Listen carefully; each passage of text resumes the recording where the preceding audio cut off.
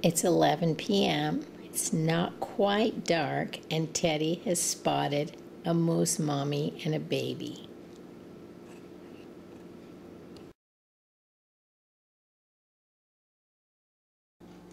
Hi, it's Alaska Granny. How do you decide how much of a particular food that you should store? When you're shopping for canned food, make sure you're getting a wide variety. Get several different types of fruit. Get a variety of vegetables. Look over the tomato products. Get some sauces, tomato paste, enchilada sauces, pasta sauce, canned tomatoes. Look at the beans. There's lots of different types of beans. Get an assortment of ready-to-eat meals that come in a can. You can find everything from chili to soup, beef stew, chicken and dumplings, ravioli, lasagna, beefaroni. There are all kinds of different varieties of canned foods that you can find that can go into your prepper pantry. And beginning with a variety is how you make sure that you're going to have enough.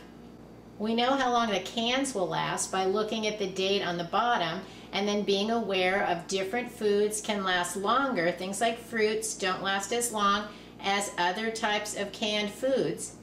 They're all going to last till the best by date that's already on the can, but many of them will last longer.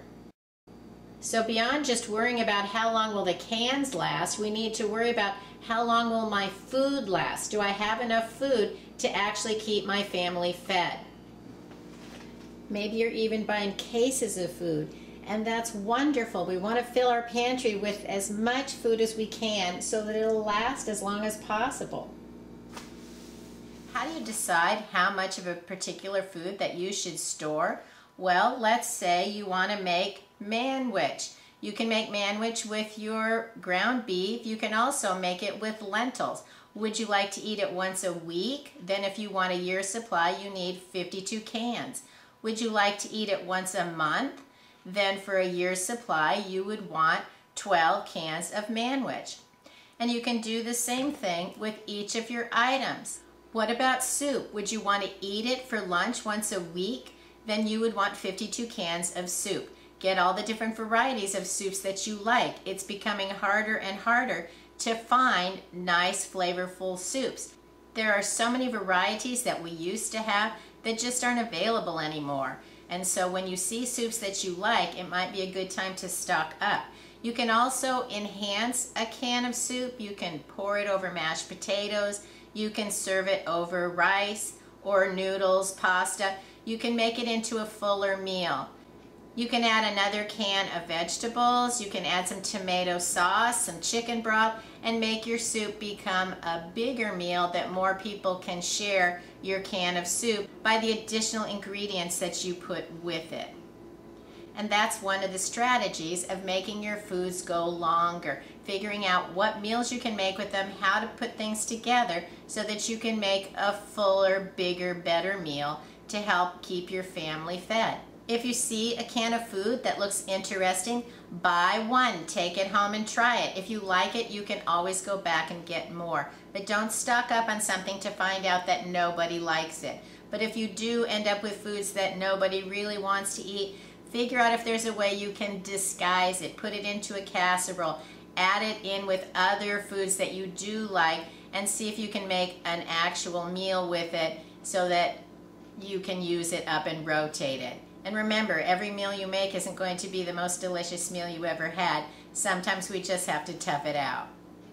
I went to the store recently and canned meat was almost non-existent. They had tuna and they had chicken, and all of the other meats were not on the shelf at all. So if you are thinking that you need to add to your canned meat stockpile, you need to be checking that out and see if you can find them. Maybe you have 12 cans of roast beef. That's great. It sounds like so much. You could have 1 can of that roast beef once a month for it to last for a year. When you look at it that way, maybe that isn't that much and you want to get a few more cans of different kinds of food. Think about how many meals you could make with it and how long you want your food to last. If you want your food to last a week, 1 would be great. If you want your food to last a month, then you need to make sure that you have something to eat every single day for a month. Plan out your breakfast, lunch, and dinner. It doesn't all have to be canned foods, but canned foods can be an easy way to open and eat, have something to serve, especially if you are in a hardship situation where maybe there's no power or you just don't have time to start cooking things.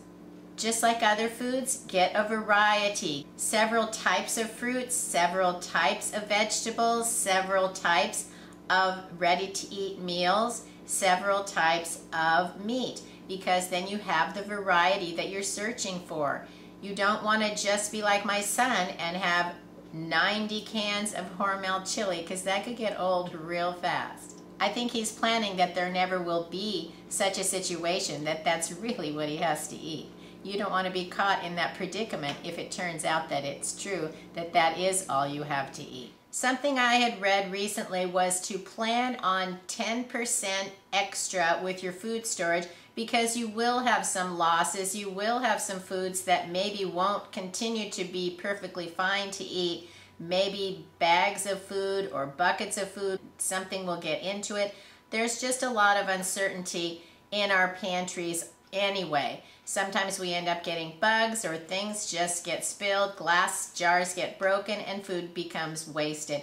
So plan to have a little bit of extra so that you have a nice cushion with the amount of food that you want to have on hand. Something that I do is put together meals, and I put them in a Ziploc bag with all of the ingredients that are Prepper Pantry shelf meals, recipes that I can make from the foods right in my pantry. So I'm going to show you today. I'm going to make the ranch chili. Ranch chili includes a ranch dip mix, a taco seasoning mix, a can of diced tomatoes, a can of black beans, a can of kidney beans, a can of pinto beans, and 1 can of chicken. Combine all of the ingredients, heat it through, and you can serve it with sour cream, with cheese. You can roll it up into tortillas. You can scoop it as a dip with Fritos. Serve it over rice. Think of all the ways that you normally serve chili, and that's the way that you can serve ranch chili. Stock up while food is still readily available.